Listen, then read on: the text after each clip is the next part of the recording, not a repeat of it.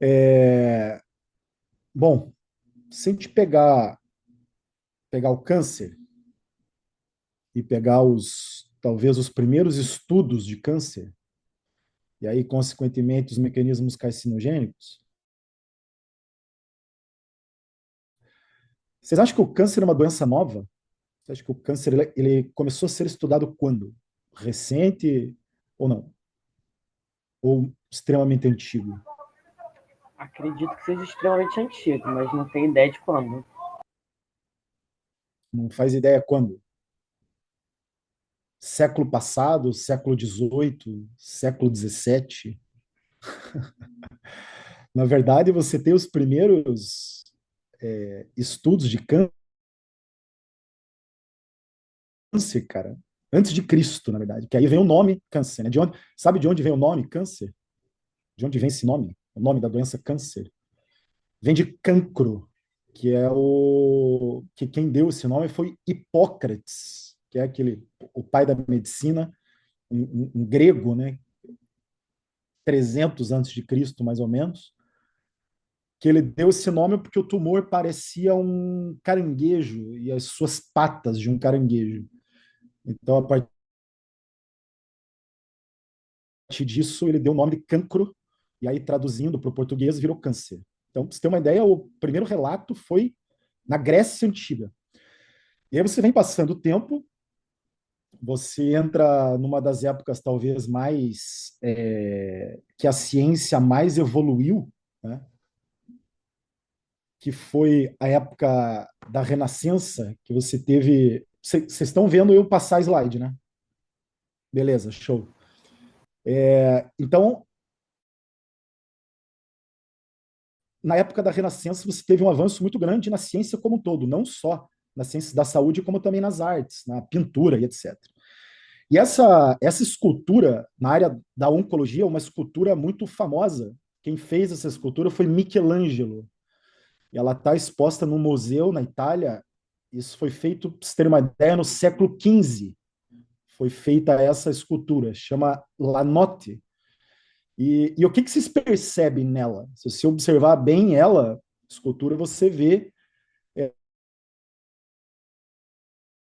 uma deformação nítida na mama esquerda dessa mulher. Se você olhar a mama esquerda dela, está completamente deformada. E essa escultura, ela foi motivo de muitos estudos da história do câncer. E aí os pesquisadores chegaram à conclusão que essa mulher tinha câncer de mama. Né? A mama esquerda dela tem uma massa cística e foi concluído que essa mulher tinha câncer de mama, e eu estou falando para vocês de século XV. Então, é uma doença que já existe há muito tempo, é extremamente antiga. Né? Só que não se estudava muito câncer. Né? Você pegar a história da ciência, estudou-se muito pouco, né? Câncer, numa visão antiga. Né? Nessa época, você tinha os estudos de Da Vinci, lá de anatomia, embriologia e etc., mas você não tinha estudo de oncologia. Né? E aí, quando você chega mais na Idade Moderna, no século passado, né, depois dos experimentos de Mendel, né, que foram no final do século XIX, lá, que fez aqueles experimentos que deram a base da genética, e aí começou a estudar doenças hereditárias, etc., e não se estudava câncer ainda. Daí você vê a época de algumas pandemias, né, alguns estudos de patógenos, né, tuberculose, vacina e etc. E o câncer começou efetivamente a ser estudado nos anos 70, mais ou menos. 1970, que você começa a ter muitos grupos de pesquisadores de oncologia. E aí, com a ideia da estrutura de DNA, lá nos anos 50, né, que foi caracterizado lá pelo Watson e pelo Crick, você entra nos anos 80 e todo mundo queria estudar o câncer e todo mundo queria estudar a genética do câncer. Né? Porque muitos pesquisadores pensavam, né, e pensam até hoje, que a base do câncer tem um cunho genético. Né? E o projeto Genoma Humano, que todos vocês conhecem, que foi idealizado ali nos anos 80 e ele saiu do papel em 1990, a ideia do genoma humano, a ideia pioneira, foi o câncer, né? Então, se tudo é genético, então vamos ver, vamos caracterizar a genética do câncer. Mas antes de você caracterizar a genética do câncer, você tem que caracterizar a genética normal, e aí foi feito lá o sequenciamento do genoma humano. E aí, quando você vira para o século XXI, começa a efetivamente estudar a parte molecular relacionada ao câncer. Então, isso é recente. Os estudos moleculares na área de oncologia, eles são extremamente recentes. Né? E eles vieram com força após a caracterização ali em 2003, se não me engano, que terminou o projeto Genoma Humano. E aí, você tem uma base. Se eu chegar aqui agora para vocês e fazer uma pergunta bem simples, se eu pedir para vocês me definirem câncer, como é que vocês me definiriam câncer? Se eu chego de uma forma bem simples, primeiro, não, a gente não precisa ser complexo. Se eu chego para vocês agora e pergunto o que é câncer, vocês vão dizer o que para mim? Pode falar de boa. Crescimento descontrolado das células, professor? Crescimento descontrolado das células. Ok? Que mais? Podem completar. Inibição da morte celular também. Inibição da morte celular também. Então, pegando um pouco do gancho dessa fala de vocês duas, o nosso corpo, praticamente todos os processos precisam estar em equilíbrio, né? Todo fator de crescimento vai ter o seu inibidor. Então, tudo é equilibrado. Da mesma forma, os dois processos relacionados à divisão celular e relacionado à morte celular, né? Isso vai estar sempre equilibrado. Você não pode ter um desbalanço entre divisão e morte, ok? Então, o que o nosso corpo faz? Quando, eventualmente, aumenta a divisão celular, se duas células dividem, automaticamente duas morrem. Né? Se 4 células dividem, 4 morrem. E assim vai ficar tudo equilibrado, ok? Dessa forma, eu definiria câncer, Mayara, de uma forma mais moderna, como sendo um aumento do número de células. Ok? As células aumentam o número. Né? E esse aumento do número de células, ele pode se dar por dois motivos. Ou você aumenta a divisão celular, né? Ou a célula vai acelerar o processo de divisão, ou por uma não morte celular. Né? Porque você pode sim ter um câncer sem mexer com divisão celular. Você pode manter a divisão celular normal e ter problemas na morte celular. Então, isso é um conceito que, não digo que me incomoda, mas é um conceito que eu sempre procuro comentar com os alunos, que quando eu pergunto, às vezes, o que é câncer, automaticamente eles me dizem assim, câncer é um aumento da divisão celular. Ponto. Câncer é resultado de um aumento da divisão celular. Cara, até pode ser. Sim, pode ser. Só que quando eu questiono eles dessa forma, dizendo, ok, mas você pode ter também um câncer sem mexer com divisão celular? E todo mundo diz que não. Não, não pode. A célula tem que dividir mais rápido. E na verdade, não. Na verdade, você pode ter uma divisão celular normal, mas você pode muito bem mexer com a morte, impedindo a célula de morrer, que é o caso dessa imagem que está no slide. Se vocês perceberem essa imagem, o que vocês estão vendo nessa imagem? É uma balança desequilibrada que está aumentando, e o que está escrito ali? Não está escrito divisão celular, está escrito acúmulo de células ali. Então, as células estão se acumulando ali. E por que elas estão se acumulando? Ali você está tendo dois genes, um deles chama-se BCL2 e o outro chama-se BAX. Qual é a função desses dois genes aqui? Para que servem esses dois genes? BCL2, ele é um anti-apoptótico. Então, a função de BCL2 é impedir a célula de morrer. É isso que serve BCL2. Ele faz com que a célula não morra. Já o Bax, ele atua como um antagonista de BCL2. Bax é um pró-apoptótico. Então, Bax faz com que a célula morra. Então, é o que eu falei, você tem sempre que ter uma balança entre BCL2 e Bax, porque um impede a morte e outro induz a morte. E o que você pode ter? Você pode ter eventos mutacionais, por exemplo, que aumentam a expressão de BCL2. Então, se você pegar uma célula que o BCL2 está super expresso, o que vai acontecer com a célula? Se ela aumentar a expressão de BCL2, ela não vai morrer. A célula não morre. E, consequentemente, ela tem uma longevidade maior, ela tem mais suscetibilidade a mutações, ela pode ter um acúmulo de mutações que pode, posteriormente, gerar um câncer.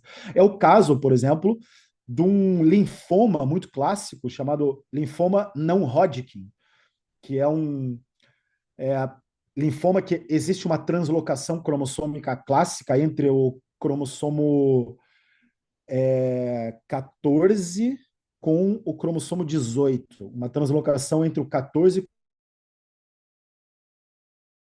com 18, que gera uma superexpressão de BCL2, e, consequentemente, a célula não morre. Isso é só para iniciar o nosso papo e deixar claro aqui. Então, eu acho que o que é mais relevante que eu falei é que o câncer é definido como aumento do número de células, ponto. Número de células aumenta.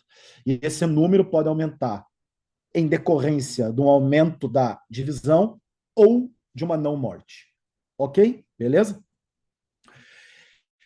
Para que isso aconteça, está muito bem caracterizado alguns mecanismos celulares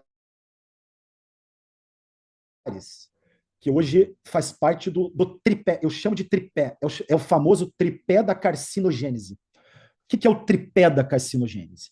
Vamos construir uma linha de raciocínio aqui. As nossas células estão totalmente expostas aos agentes ambientais. Vocês todos sabem muito mais do que eu até sobre poluentes ambientais. Eu não vou entrar nesse mérito agora, mas vocês sabem que nós estamos expostos a agentes carcinogênicos praticamente o tempo todo. Então, o que acontece com uma célula nossa quando ela é submetida a um agente carcinogênico? O que ela vai fazer primeiro?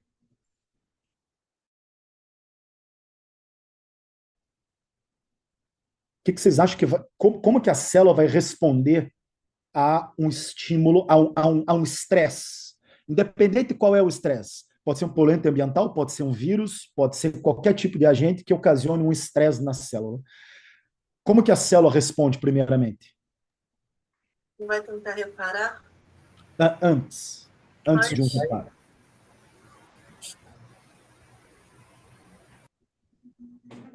Ajuda aí, galera. Porque quando você fala em eu acho que vai reparo, ter um desequilíbrio nas funções normais da célula. ok? Porque antes de você reparar, Mayara, você já está consequentemente reparando uma lesão. Então, você já está tendo uma lesão celular. O que eu estou falando, o que eu quero iniciar, é antes da lesão celular. O que acontece antes com uma célula quando ela é exposta a um estresse? A primeira coisa sempre é uma tentativa de adaptação celular. A célula vai tentar se adaptar. Então, existem mecanismos adaptativos na célula. Quando eu falo em adaptação celular, eu estou falando, por exemplo, vou dar um exemplo de uma adaptação celular. A célula aumenta de tamanho, a célula fica maior. O fato da célula ficar maior é uma adaptação celular. Quando eu falo em adaptação, eu estou falando eu não estou falando de lesão, eu estou falando de uma manutenção da fisiologia, então o funcionamento da célula permanece, a célula permanece funcionando, tá? Só que ela mudou a sua morfologia, o seu aspecto mudou. Tá? Ela pode sair de um tipo celular e passar para outro tipo celular. Isso é um conceito clássico de patologia chamado metaplasia. chama-se metaplasia. Se você pegar o significado de metaplasia, é o quê? É uma resposta adaptativa de uma mudança de um tipo celular por outro. Isso é metaplasia, isso não é lesão, e tanto que se seu estímulo for retirado, se esse estímulo nocivo você conseguir tirar, a célula pode muito bem voltar ao seu estado anterior, ela volta como era antes. Então, isso são alterações completamente reversíveis. A célula pode muito bem retornar como ela era antes. Então, primeiro evento que a célula faz é a adaptação celular. Bom, se esse estímulo persiste e a célula não consegue mais se adaptar, vamos supor que extrapolou os limites adaptativos da célula, aí o que você vai ter? Você vai ter uma lesão. Aí sim você vai ter lesão. Quando eu falo de lesão, Mayara, eu estou falando de lesão no DNA. Eu já estou falando em termos de mutação aqui.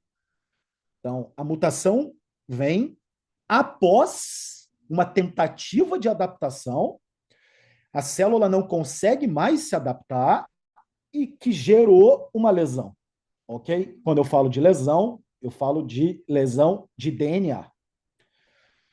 Aí o que a célula vai fazer para tentar corrigir? Aí vai entrar no que você falou. Aí vai entrar o sistema de reparo. Aí o sistema de reparo vai lá e tenta fazer a correção. Aí você tem sistemas de reparo, né, dos mais simples aos mais complexos, enfim. Mas você vai ter uma tentativa de reparação por enzimas lá que vão tentar fazer esse tipo de correção. Se conseguir fazer essa correção, a célula segue seu caminho. A célula segue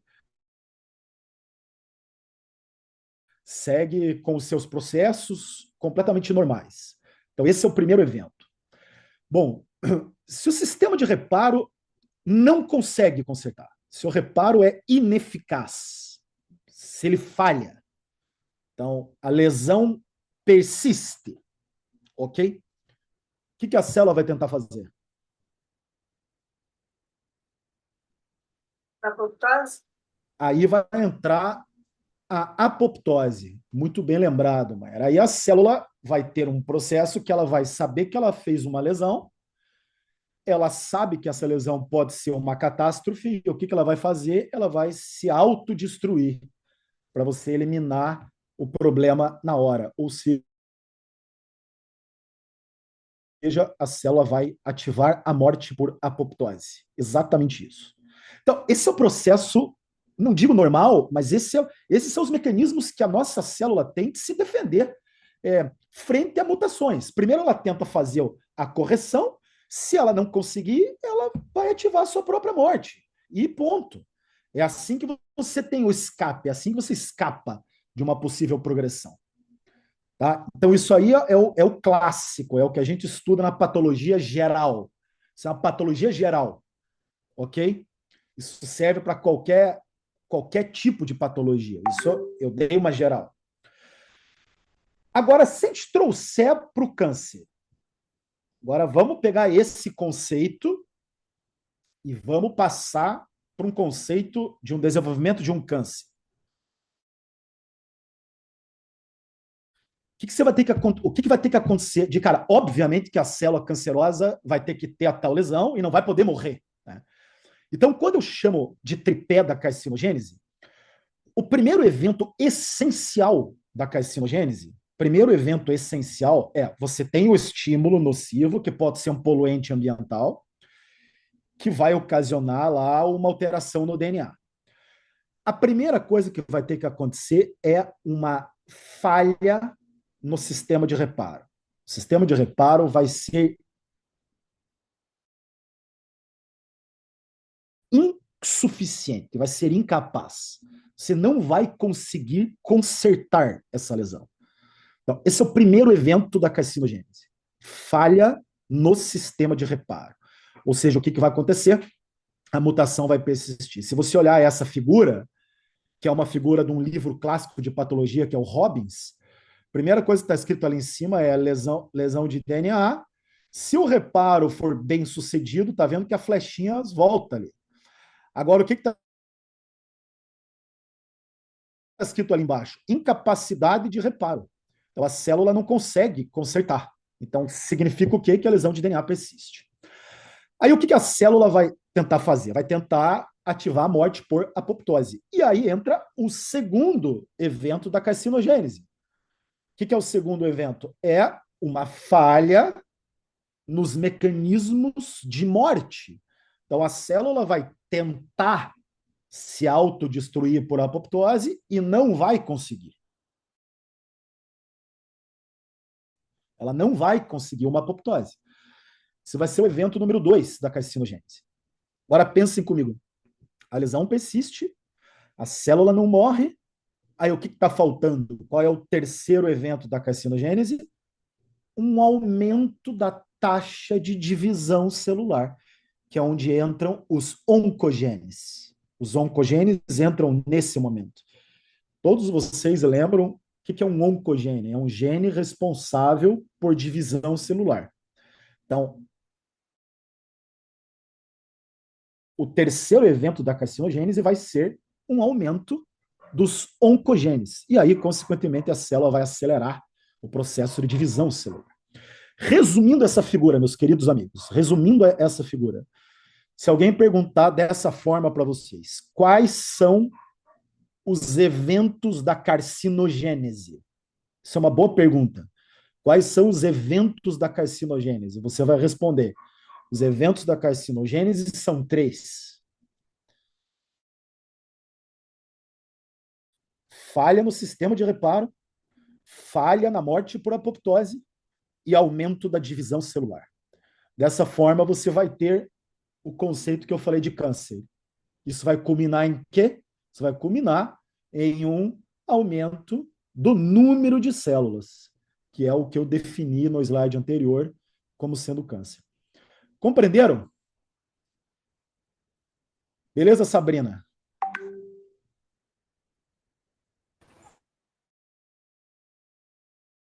Sim. Show de bola. Qualquer coisa, Sabrina, pode me interromper, ok? Tá bom. Imediatamente você me interrompa. Bom, o que vai acontecer daqui em diante? Tá? Daqui para frente, então sempre pensem nisso. A célula não vai morrer. Então, automaticamente, ela vai acumular mutações. Tá? Um câncer maligno, preste atenção nisso aqui, que isso está diretamente conectado com a próxima imagem, que é uma imagem que eu gosto muito também do livro do Robbins.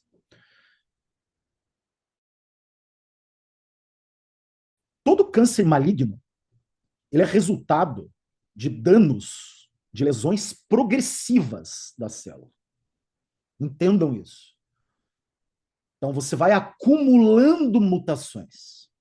A cada mutação, a célula vai se tornando cada vez mais resistente.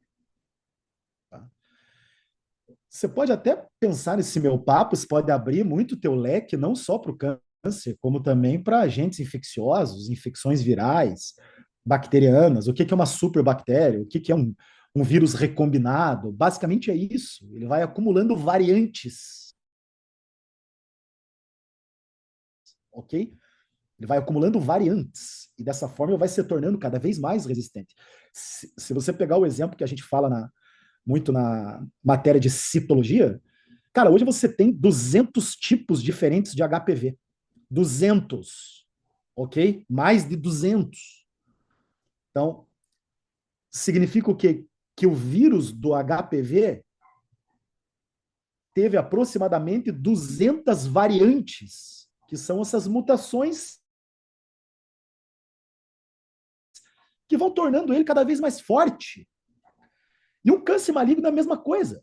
É um resultado de várias mutações seletivas que vão tornando o câncer cada vez mais agressivo e cada vez mais resistente.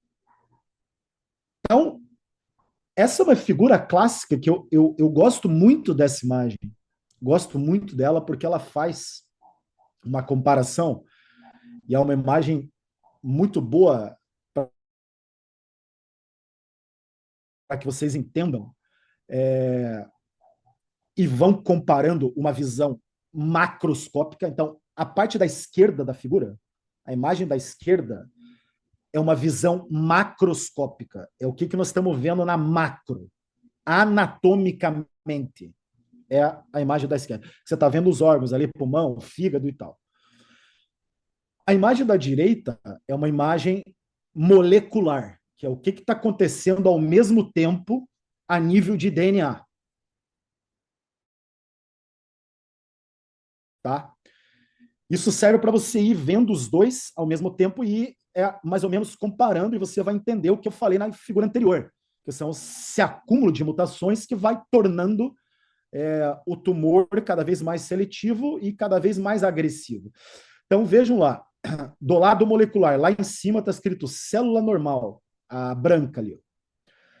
Aí embaixo está escrito eventos de transformação. Que eventos são esses aí? Falha no reparo, falha na morte e aumento da divisão. Tá? Que são aqueles mecanismos carcinogênicos que eu previamente falei. Aí o que você tem ali? Ali você tem a célula se transformando, a célula branquinha, aquela lá em cima, se transformou numa célula vermelha, que está escrito célula tumoral. Nós chamamos na oncologia de célula promotora. É a célula que está iniciando o processo de carcinogênese. É a vermelha. Se você for olhar na imagem macroscópica, imagem da esquerda, o que você enxerga macroscopicamente na imagem da esquerda? Você vê o que no pulmão, no fígado? Cara, você não vê nada. Não tem nada ali. Por que não tem nada? Porque essa transformação promotora, ela está acontecendo a nível molecular. Ela não está ainda se manifestando macroscopicamente. Você não enxerga nada ali.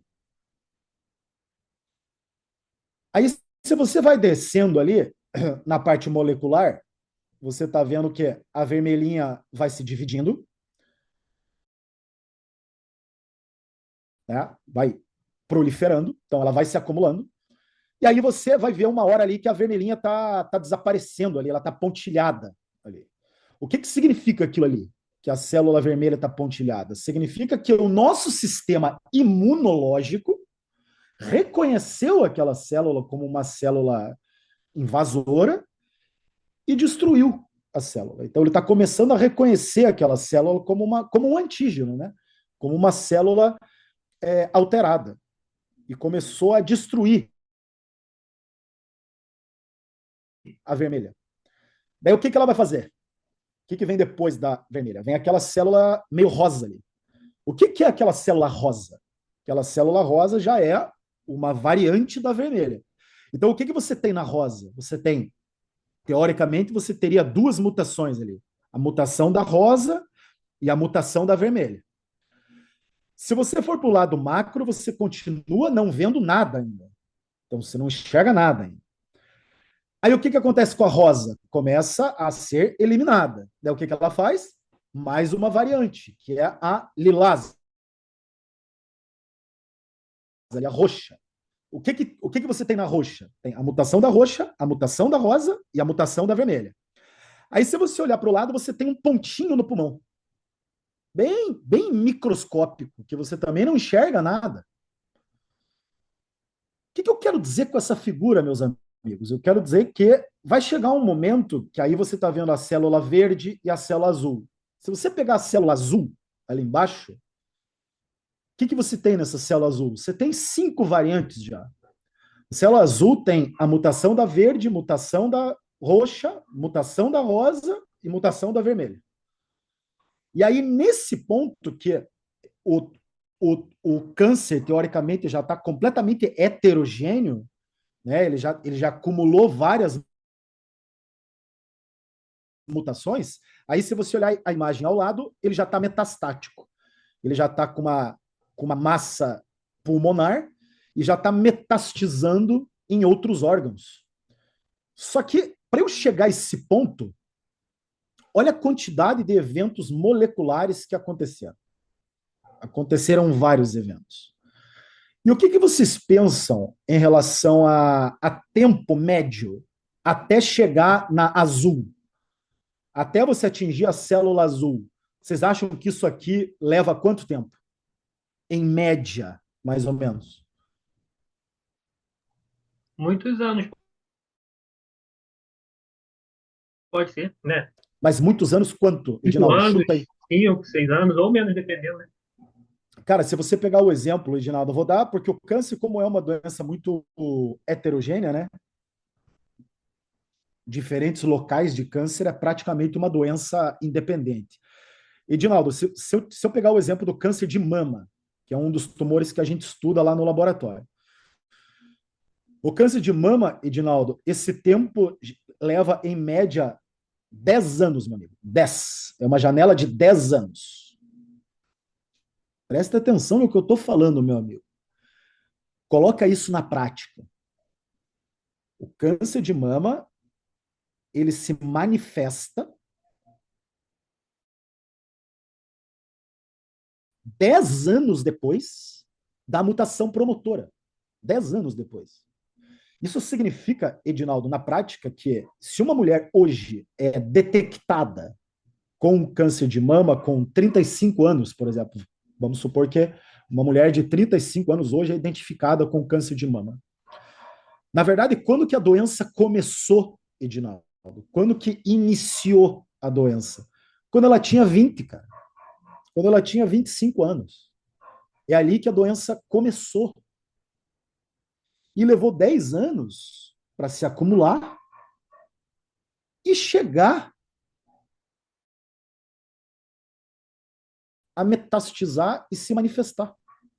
Então, isso não é de ontem para hoje, cara. Isso não é. Hoje está tudo certo com a tua célula, Edinaldo. Hoje está tudo certo com você.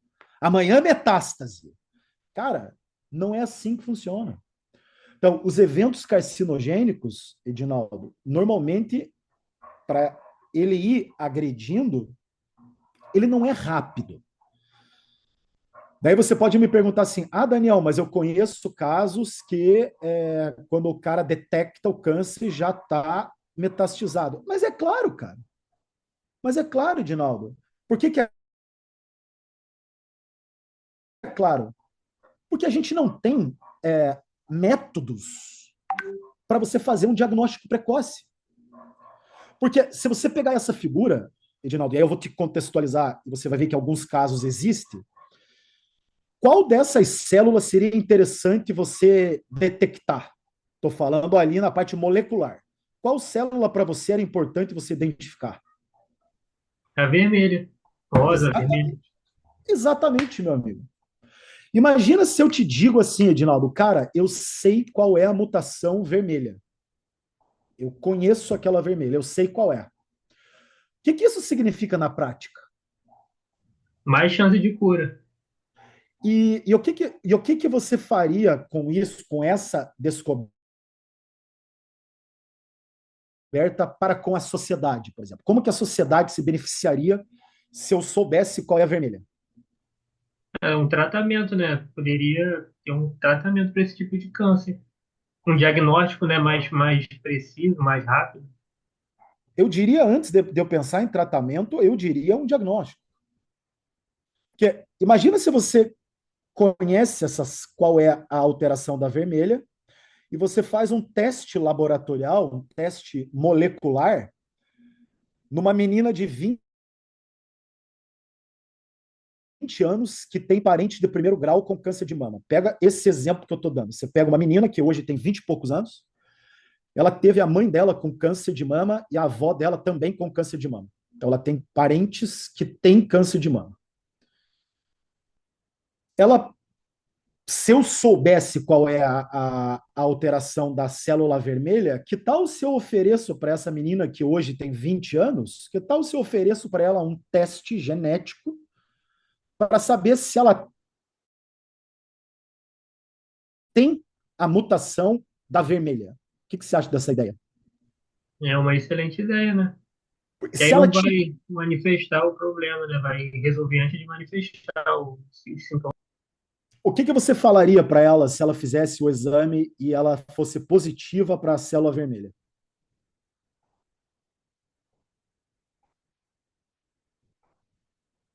Ah, eu falaria que ela vai ficar doente, né? Não tem para onde correr, porque se diagnosticou, né, o gene e vai causar isso. Você acha que existe isso? Existe.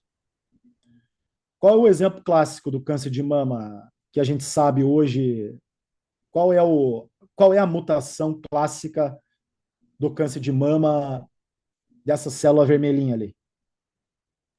É aquele BRC, alguma coisa, né?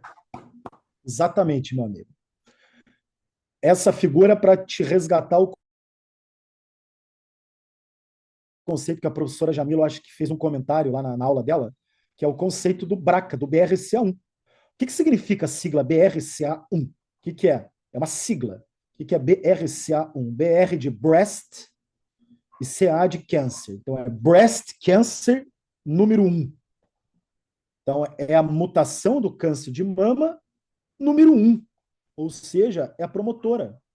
O BRCA, Edinaldo, é como se fosse a célula vermelha. É ela ali. E aí, o que que você. Se uma menina hoje de 25 anos faz esse teste, cara, e dá positivo, significa o quê? Que daqui a 10 anos, cara, na prática é isso. Cara, daqui a 10 anos, você tem 99% de chances de ter câncer de mama daqui a 10 anos. Na prática é isso, cara. Na prática é isso. Então, vamos fazer um tratamento imediatamente para a gente diminuir essa probabilidade. Então, nesse caso especificamente do câncer de mama, a gente consegue descobrir, a gente sabe qual é essa mutação que seria a tal promotora que eu estou falando. Tá?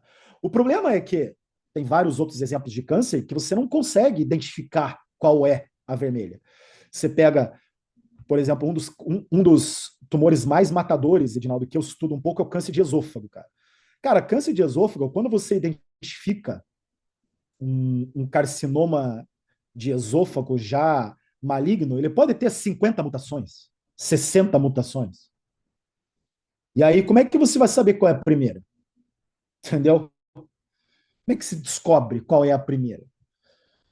É muito complexo essa parte de acúmulo de mutações. Tá? Mas o que se busca, cara, é tentar rastrear cada vez mais as promotoras para, primeiramente, você fazer um diagnóstico precoce e, posteriormente, o que você falou, aquela questão relacionada a tratamento. Então, o resumo dessa figura aqui, aí eu dei uma contextualizada para câncer de mama, mas o resumo dessa figura, cara, é que eu quero que vocês entendam o que nessa imagem.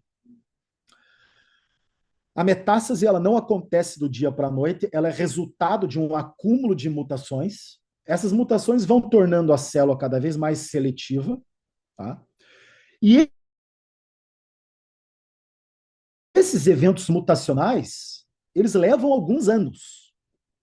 Então, quanto mais cedo, de maneira mais precoce, você caracterizar essas lesões, obviamente, maior é a taxa de cura. Ok? Agora vamos a uma pergunta mais ampla ainda, até um pouco mais simples para a gente botar em pauta aqui. A gente falou de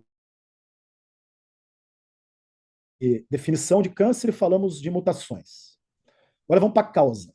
Se eu chegar para vocês e perguntar o que causa câncer? Eu sei que é uma pergunta ampla, mas é para ser amplo mesmo, e daí a gente vai gradativamente afunilando. O que causa câncer? Radiação. Aí você já começou a afunilar. Vamos mais. Eu vou dar uma melhorada na minha pergunta. Eu vou perguntar de outra forma. Eu vou perguntar de todas as patologias. Eu vou perguntar de todas as doenças. Todas. Existiria uma maneira de nós classificarmos todas as doenças em relação à causa? Seria multifatorial? É, multifatorial. Além das doenças multifatoriais, que tipo de outras doenças eu tenho, Alana? Genética. Genéticas e de Infecciosos. Perfeito, perfeito. Então, de um lado desse contexto, eu tenho doenças que são 100% ambientais. Concordam comigo?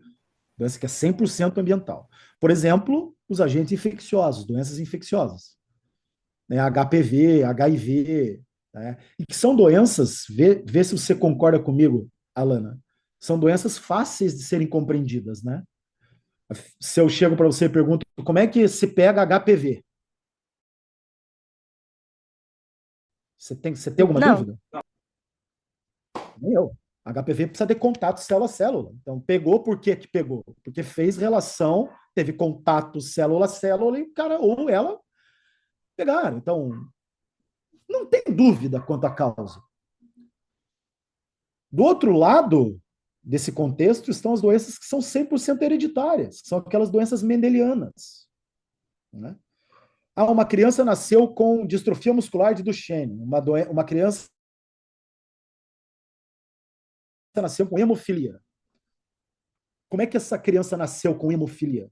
É uma doença mendeliana, é uma doença hereditária. A gente sabe de quem ela ganhou, a gente sabe aquele tal aconselhamento genético. Então, é uma doença que é considerada uma doença 100% hereditária.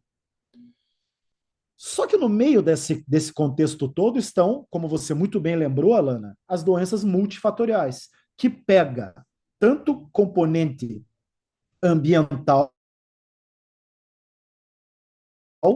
como também componente genético. Só que isso não é meio a meio. Isso não é nada simples. Ah, é fácil, então é 50% ambiental, 50% genético. Cara, não é 50%. Tá? E aqui entram praticamente todas as doenças são multifatoriais, Alana, todas. Aqui entram as insuficiências, insuficiência cardíaca, hepática, renal, aqui entra hipertensão, aqui entra diabetes, e aqui entra câncer. Que são as doenças complicadas de se entender. Né? São complicadas. Porque não é uma doença homogênea, não é igual. Dependendo do paciente, é diferente. Porque você pode ter uma contribuição maior da genética, em alguns casos, e você pode ter uma contribuição maior da parte ambiental, em outros casos. E mesmo assim, pode variar. Vamos a exemplos clássicos. Se você pode pegar uma pessoa que nunca colocou um cigarro na boca, nunca fumou na vida dela, e tem um carcinoma de pulmão metastático, sem nunca ter fumado. Por outro lado, você pode pegar um cara que fuma a vida inteira, fuma o dia inteiro, faz anos, e tem o pulmão limpo. Como é que você vai explicar isso aí? De que forma tu explicaria, Alana, se as duas pessoas estiverem na tua frente? Genética. Um amigo da minha mãe, quando eu era pequena, ele era muito saudável, vegetariano, corria, e ele faleceu de câncer no pulmão. Sem nunca ter fumado. Nada, nada, nada, nada. Ele corria de manhã, acordava 5 horas da manhã, corria, se alimentava super bem, não fumava e faleceu assim. Exatamente. Então, você não vai ter como explicar, você vai jogar na conta da genética. Não tem jeito. Porque a genética pode ter uma tendência a ambos os lados. No caso do cara que fuma a vida inteira e não tem câncer, a genética está contribuindo mais, mas está para um lado protetor. A genética está ajudando ele, tá tendo uma tendência maior a uma proteção. E no outro cara, que faz tudo certinho, nunca fumou e tem câncer, por que esse cara está tendo câncer? Por causa da genética dele que está contribuindo negativamente. Entendeu? Então, isso, presta atenção, não só para o câncer, isso serve para toda doença multifatorial. A gente falou várias vezes lá no laboratório de colesterol alto. Sempre falamos, obesidade, colesterol, aquele blá blá blá de sempre lá. O que que você pode pegar? Vocês sabem disso. Você pode pegar o cara que é magro pra cacete e tem alta de colesterol. Você pode pegar o cara que é obeso e tem lá os níveis normais de colesterol. Então, o princípio aqui, ele é um princípio muito parecido em relação a doenças multifatoriais, mas ao mesmo tempo são doenças de compreensão complicada. Por isso que eu gosto muito dessa imagem, que é um pouco do que a gente conhece do câncer, é a ponta do iceberg, cara. Que o que, que você sabe? Você sabe, tem como você saber questões hereditárias, eventualmente, né? E, de repente, tem como você fazer um estudo de fatores ambientais, que é o que vocês fazem aí, de nível de exposição. E aí, consequentemente, a junção desses dois elementos vai dar um quadro muito mais agressivo, podendo gerar uma metástase e tal. Mas isso você não sabe, né? Isso você não descobre. Você vai saber depois. Mas isso serve, conforme eu falei, para inúmeras doenças multifatoriais. Beleza, Sabrina? Tá show?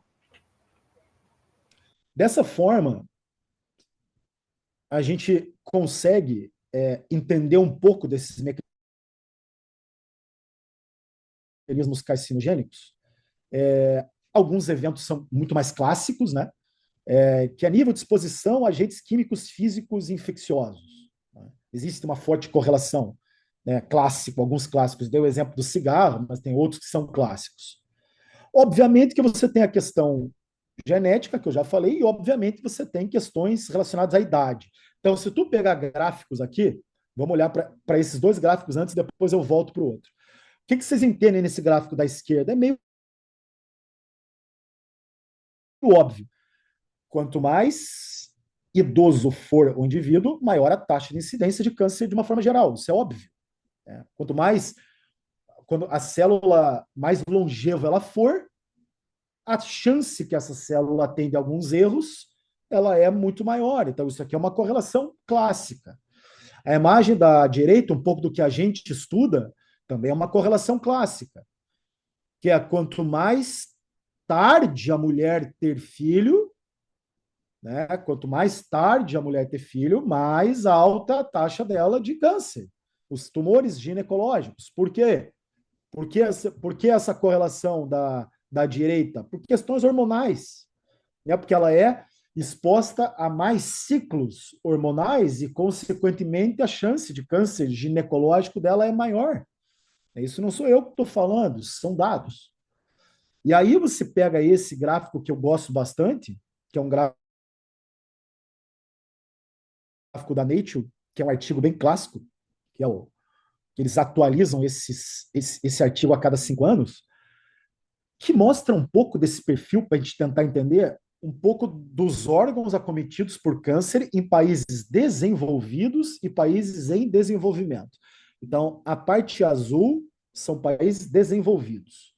A parte vermelha são países em desenvolvimento. Se você pegar aquele primeiro ali, que é o câncer de pulmão, tá igual. Exatamente igual nos dois países. Câncer de mama tá igual nos dois países. Por que o câncer de mama tá igual? Por que os países assim, praticamente igual? Por que o câncer de mama em países desenvolvidos está quase igual em países em desenvolvimento? Por quê? Tem mais influência da genética? Exatamente. Exatamente. Que é um câncer clássico de influência genética. Clássico. É mama na mulher e próstata no homem, Mayara. Se você pegar hoje qual é o câncer na mulher que tem um impacto genético maior, é mama. E qual é o câncer no homem que tem um impacto maior? É próstata. Só que por que a próstata tem desequilíbrio ali? Porque a próstata está muito relacionado a hábitos também. Muito relacionado a hábitos.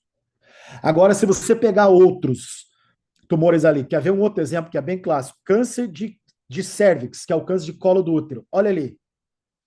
Cervix, que é o câncer de colo do útero. Você tem muito mais em países em desenvolvimento do que não. Por quê?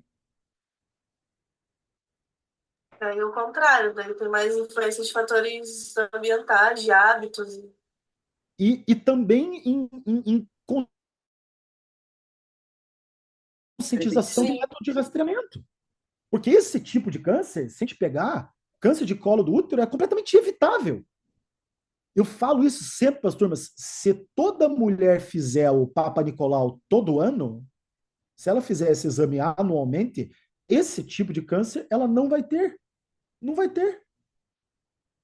E aí é meio óbvio que você tem em países desenvolvidos, você tem assistência básica muito mais intensa e esse exame é feito regularmente, que é diferente em países em desenvolvimento, entendeu? Então, você tem que analisar esse parâmetro também dessa forma, né? Porque você tem, o que que você busca? O que que você busca de rastreamento? Que tipo de exame você busca em termos de rastreamento? Você buscaria o quê? Um exame que seja barato, um exame que seja aplicável e um exame que não seja invasivo e um exame que você identifique a lesão de maneira precoce. E tudo isso você tem no Papa Nicolau, tudo isso você tem no preventivo. Porque é um exame barato, é um exame que não é invasivo, porque você não precisa cortar nada, uma raspagem. Então, né, um exame fácil de ser feito e você consegue identificar lesões pré-cancerosas. Eu acabei de dar o exemplo do câncer de esôfago aqui, agora. Por que o câncer de esôfago você não detecta ele de forma precoce? Por quê? Vamos supor, Maiara, hoje você tem problema para engolir alimento? Não tem. Você tem refluxo de maneira contínua? Também não tem.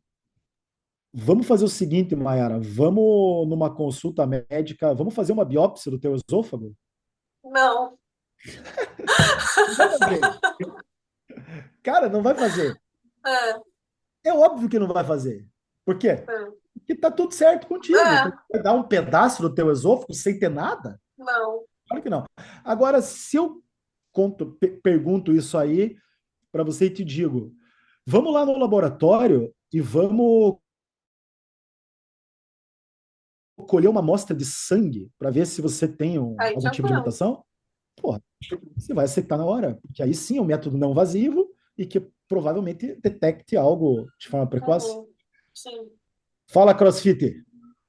Professor, duas perguntas. Uma é negócio do esôfago que você estava falando, e aí tem exatamente essa questão aí de não fazer a parada do rastreamento precoce, né, e tudo mais. Só que é um câncer muito agressivo, né? Porque eu tive até exemplos familiares assim, que assim, em um mês já era fatal. Assim, não tinha que fazer mais. Perfeito. E não existe método para um rastreio inicial, assim, sei lá, tipo, não tem nem como fazer prognóstico, que é muito rápido. Tipo, Mas é já muito começa. rápido. Eu concordo plenamente contigo, Lucas. Eu concordo plenamente. Mas é muito rápido por quê? Porque se identifica tarde. Não tem o que fazer antes, né? Não tem jeito. E as pessoas vão em busca de fazer aquela laringoscopia aqui só quando tem sintoma. Mas o problema é que Entendeu? os As pessoas sintomas, não dão um exame de os rotina. sintomas às vezes o que relataram, né, na época pra mim é que parecia que era uma infecção de garganta. Em questões de 2 semanas já tava um caroço na garganta. Exatamente. É muito Exatamente. rápido. Esse é um comentário que você falou. E aí eu tinha uma pergunta mesmo, mas é mais como leigo. Essa questão da longevidade, né? Tipo, para ter a exposição ambiental e tudo mais, e tem até essas questões dos ciclos, que a idade influencia muito, a questão do envelhecimento celular. Mas quando você tem um câncer pediátrico, um tumor pediátrico, por exemplo, osteosarcoma, que acomete principalmente crianças, né? Assim, Uhum. tem uma questão mais relacionada a se há mais alterações genéticas do que a própria Provavelmente. exposição. Provavelmente, cara. Provavelmente. Você citou osteosarcoma, eu cito um pior ainda, que é o câncer de pele, cara. Como é que você vai explicar uma criança que nasceu com câncer de pele? Pois é, e eu até perguntaria, outra pergunta é se tem uma relação com teratogênese também, sabe? Se isso pode Mas influenciar. pense, a gente já fala do tumor ósseo, mas pense o de pele, cara. O de pele é mais absurdo ainda. Por quê? Porque se você pegar hoje o melanoma, Da mesma forma, o câncer de pulmão, que tem uma forte relação com o cigarro, o câncer de pele tem fortíssima relação com exposição ao sol, isso é óbvio. Exatamente. Daí você pega uma criança que nasce com melanoma, Pois é. exemplo. Isso aí vai entrar no Ah, campo, sabe de quê, Lucas? Isso vai entrar no campo da epigenética também, cara, eu acho. Tem algumas geneticistas médicas, que volta e meia eu converso dentro da faculdade, que defendem copiosamente a epigenética, cara. Elas dizem assim para mim: o câncer que você está tendo hoje, ele está surgindo em decorrência do que a tua tataravó fez, tua bisavó uhum. fez, que a tua avó fez. Que eles fizeram lá atrás, está culminando nesses tumores cada vez mais precoces nos dias atuais. Eu não vou dizer para você que eu tenho 100% de certeza que é isso, porque eu não tenho, nem ninguém tem. Isso é uma pura especulação. Mas isso faz sentido se você pegar dados epidemiológicos, cara. Exatamente. Quando você Isso pega faz os dados, é bizarro isso, mostrar que uma criança nasceu com melanoma. Você Entendeu? pega o câncer de esôfago, Lucas. Por que você tem mais? Você vai saber essa minha pergunta. Por que você tem mais câncer de esôfago no Rio Grande do Sul? Em criança. Eu tô falando criança. Em criança? É. Talvez pelos hábitos de lá? Ou pela. Pelos hábitos, mas dela não, cara. Ela acabou de Não, nascer. dos próprios pais. Mas é Oi? pelo chimarrão que o avô dela bebia. A Pelos bisavó dela hábitos, bebia, cara. Essa é a linha de raciocínio. pelos hábitos familiares, né? Ela cresce com aquilo. Exato, cara. Então, o bisavô dela bebia o dia inteiro chimarrão, o avô dela bebia o dia inteiro chimarrão, o pai dela bebia o dia inteiro chimarrão e ela nasceu com câncer de esôfago, cara. Entendeu? Isso é um conceito que eu estou falando para vocês. Quero que fique bem claro aqui. Não vai sair dizendo que eu falei que a epigenética é a solução mundial, que não é. Agora, tem casos, cara, que faz total sentido isso aí. Para mim faz total sentido. Entendeu? E essas geneticistas, eu falo de médica, né? Eu converso muito com geneticistas médicas, não pesquisadoras. Elas falam o que elas A atendem no clínica, né? consultório, Lucas. Elas me dizem o que elas atendem no consultório. E elas chegam para mim e falam que está tendo cada vez mais casos de câncer em idade cada vez menor. Então Isso é. não dá tempo ainda de você ter tantas exposições assim, né? Você pega uma criança de 2 anos com melanoma, porra, como é que ela foi exposta ao Não sol? não faz sentido isso. Não faz Se você sentido. Então, pensar em ela já questões de nasce. em questões da exposição, não faz sentido, entendeu? Não faz Ela nasceu sentido. com aquilo. Ela Então já nasceu com alguma alteração. mas nasceu com aquilo por causa de quê? Da onde que vem o erro? Vem do bisavô dela, vem do avô dela. Isso é epigenética, cara. É um gene que foi metilado, é uma porra de uma metilação da avó dela lá, que passou para a mãe dela, que passou para ela, cara. Entendi. Faz todo sentido. Entendeu, cara? É complexo, cara. É complexo o negócio. Uhum. Mas, enfim, isso fica para um outro papo aí. E aí a gente discute melhor essa questão de epigenética aqui, que eu acho um bom tema, cara. Eu acho Tranquilo. válido. Ok. Obrigado. Professor, Bom, tem uma pergunta aqui no chat, mas além disso também está acabando o tempo. Eu acho que dá para o senhor responder e a gente passar para outro link. qual é a pergunta?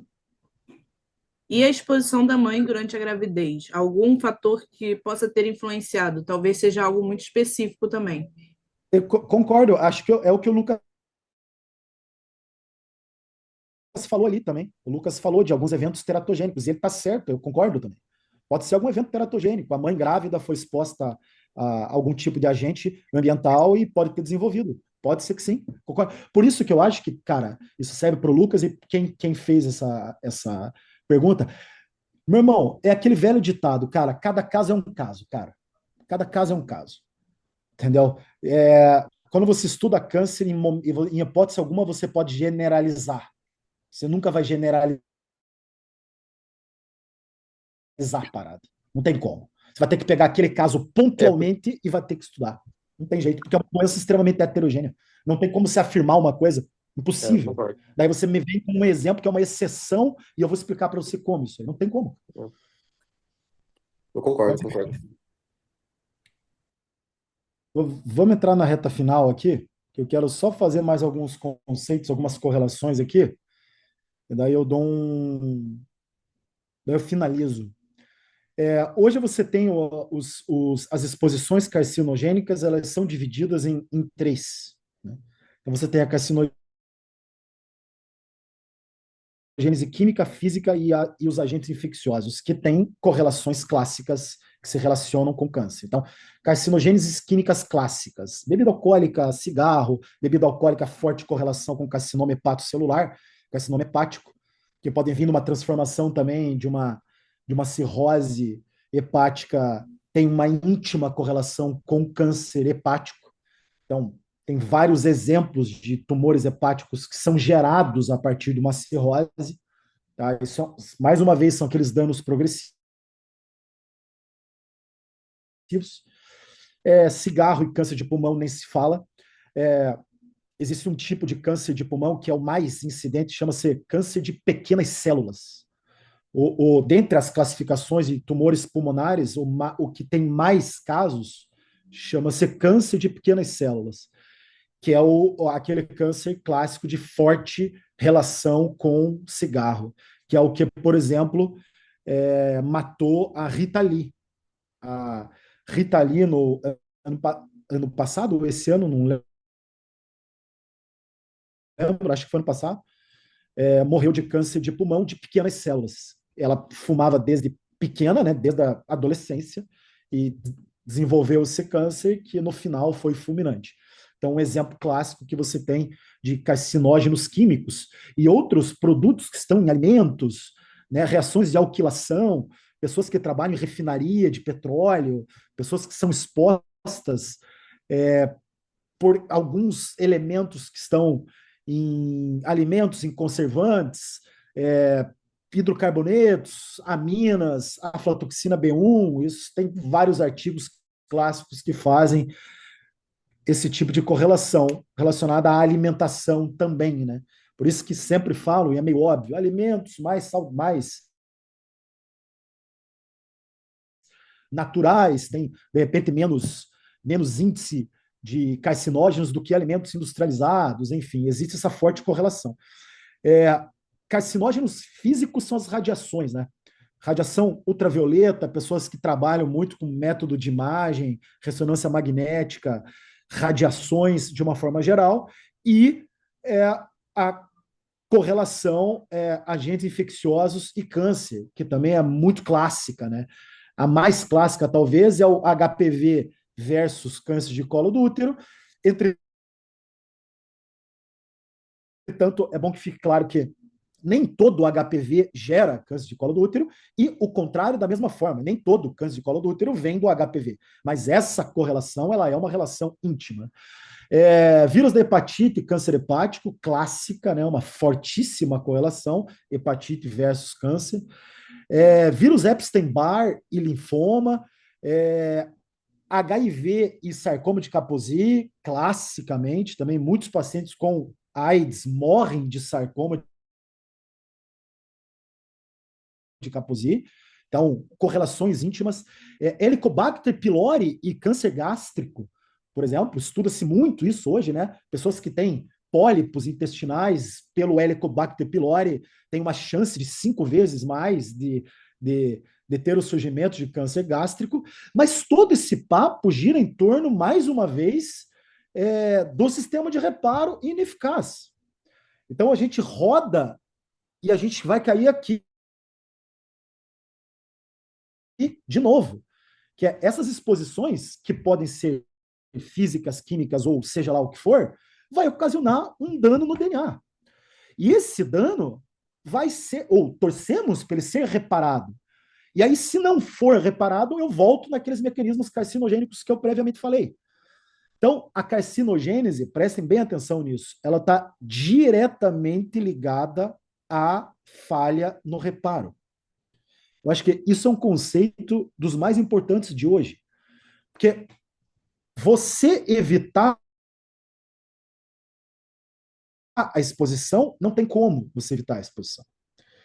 O que tem que funcionar é o sistema de reparo. E daí, para eu não ser chato e tornar isso muito, muito com mecanismos, eu vou citar um mecanismo que todos vocês conhecem, que é o mecanismo via P53. P53 na carcinogênese, meus amigos, é peça-chave. É peça-chave na carcinogênese. Eu digo para vocês, P53 é peça-chave. Por que é peça-chave? Todos lembram da função de P53. E eu vou repetir aqui. P53 é como se fosse o nosso guardião do ciclo celular. É quem monitora o ciclo celular em todas as fases da divisão celular. É diferente do sistema de reparo clássico, explicado muito bem pela professora Jamila, só que esse clássico que ela explica muito bem, é um sistema de reparo que acontece na fase G2 do ciclo celular. Então, acontece depois da divisão. Esse reparo clássico de exonucleases, endonucleases e etc., é um reparo que faz a correção de quê? Esse reparo faz a correção de possíveis erros que acontecem na replicação do DNA. Então, quando a célula está se dividindo e eventualmente coloca uma letra errada lá, era para parar A com T e parou A com G. Esse reparo vai ser corrigido na fase G2 do ciclo celular. Agora, se a célula estiver na fase G1 do ciclo celular, ou seja, antes da divisão, e ocasionar uma lesão de DNA. Presta atenção. A célula ainda não chegou na fase que o DNA vai ser copiado. A lesão foi antes da cópia. Antes. O que vai acontecer se essa lesão, que é antes da cópia, não for corrigida? O que vai acontecer? Se o dano é antes da cópia do DNA e você não corrige e vai para ser copiado. Vai se proliferar e as próximas células vão ter também a alteração. Porque aquele reparo, Maiara, da fase G2 não vai corrigir. Por quê? Ele vai entender que aquilo já faz parte do indivíduo. Exatamente. Por que, Lucas? Porque a inserção das bases, a TCG, foi certa. Exato, ele vai entender que aquilo que ele tem que copiar. Exatamente. Então, quem vai executar esse papel, Lucas, é P53, cara. E aí, para você ter uma ideia da importância dessa molécula, cara, ela não só identifica o dano, ela localiza o dano, porque ela monitora o ciclo celular. Ela tem uma função, do inglês, ela é um checkpoint. O que é um checkpoint? Ela checa todas as fases do ciclo celular. Ela faz a checagem de tudo. Ok? Então, ela checa, ela identifica o dano. Depois que o dano é identificado, Lucas, ela faz o ciclo celular parar. Que é isso que está no meio da imagem. Arrest é o ciclo celular está parado. Ciclo celular parado, o que P53 faz? Olha para a flecha da esquerda. Ela vai induzir o reparo de DNA via RAD51. Não é uma exonuclease, é outra via ativada por P53. Então ela vai tentar consertar. Se ela consertar, o ciclo segue. Se ela não consertar, ela vai para um programa de morte celular. P53 ativa a morte celular via caspase. Então, cara, ela é uma molécula que localiza o dano, para o ciclo, tenta consertar, e se não consertar, ativa a morte celular. Tudo isso é uma função de P53. E eu posso falar aqui, Lucas, com muita tranquilidade, P53 na área de câncer, cara, é como se fosse um divisor de águas para uma malignidade, cara. Ele é um supressor, né? Ele é um supressor. É como se fosse um divisor de águas para uma malignidade, por exemplo, para o tumor se tornar maligno, mas cedo ou mais tarde tu vai ter uma falha em P53. Isso a gente acompanha o paciente, a gente vê, cara. Quando o P53 está funcionando, quando ela está funcional, o tumor normalmente é estabilizado, não é metastático. Com o passar do tempo e o passar desse acúmulo de mutações, quando essa mutação chega em P53 e ela sai de cena, quando ela sai de cena, quando ela é deletada, é um passo para a malignidade, cara. Então, se você pensar em carcinogênese, cara, em todos os aspectos de carcinogênese, seja ela ambiental, física ou viral, você vai ter um impacto grande em P53. Mais cedo ou mais tarde ela vai falhar e aí você vai surgir esses danos progressivos e tal. Por isso que eu falo, cara, antes de você sair de casa, todo dia torça para a tua P53 funcionar. Porque a exposição, ela acontece, entendeu? Você tem que torcer para essa exposição ser corrigida. Ok? Ok. E aí, eu finalizo com esse cara aqui. Quem é? Não dá ideia. Não cheguei a conhecer, Daniel. Infelizmente. Então, eu te apresento um grande, não vou dizer que é geneticista, mas viveu no mundo na mesma época de Mendel. O cara escreveu A Origem das Espécies, cara. Esse cara é o Darwin, que viveu na mesma época no planeta Terra de Mendel. Pena que não tinha WhatsApp nem Instagram, Lucas, para eles trocarem mensagem. Na época não tinha, então infelizmente um não chegou a conhecer o outro ainda. Enquanto Mendel estava fazendo experimentos com as ervilhas na Áustria, Darwin estava em Galápagos, né, escrevendo A Origem das Espécies. Se você pegar os conceitos de Mendel, os conceitos de Darwin, eles acabam meio que se completando. E por que eu finalizo com a imagem de Darwin? Porque muitos pesquisadores feras na área da oncologia, eles atribuem essa seletividade das mutações que se relacionam com o câncer com o que Darwin dizia, cara. Então, eles fazem essa comparação sempre. Eu trouxe um trecho, uma estrofe do Origem das Espécies, cara. Então, se a gente ler isso, eu vou ler, obviamente, dando uma pequena resumida. O que ele quer dizer aqui? Olha, todos os organismos produzem mais filhotes do que podem sobreviver. As espécies variam, né? Umas mais, outras menos. Como apenas parte dos filhos sobrevive, em média, esses que sobrevivem estão mais bem adaptados aos locais.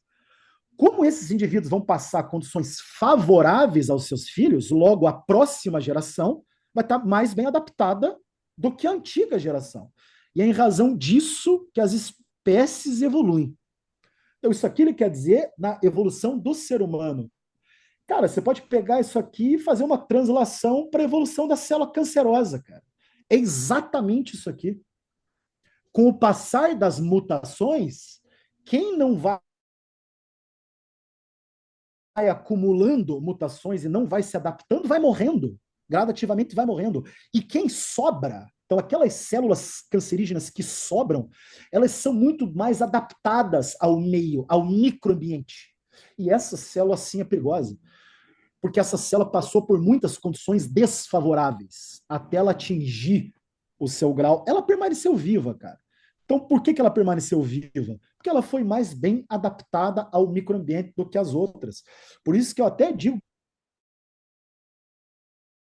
faz a célula se adaptar àquilo ali. Então, tem muitos pesquisadores, inclusive eu, cara, acredito muito nessa seletividade, nessa seleção. Não vou dizer que é igual o Darwin, porque Darwin achava que essa seleção era natural, mas talvez uma seleção meio forçada, a célula está num ambiente desfavorável, o que ela faz? Ela acumula uma variante, e, consequentemente, essa variante vai ser mais bem adaptada ali do que a célula antiga. Acho que é um pouco disso para a gente fechar e deixar vocês pensarem um pouco nisso aí também, né? Essa seletividade das células cancerosas. Resumo da parada é torcer para a P53 funcionar. É isso. Se ela funcionar, estamos bem. Podemos continuar bebendo aí, Lucas, tranquilamente. Podia ter um Pois é, suplemento, né, de P53. Nossa, eu pensei em toda a minha árvore genealógica. O que vem aí, meu Deus. Eu acho que tá bom por hoje, cara. 1h30 falando aí, tá bom.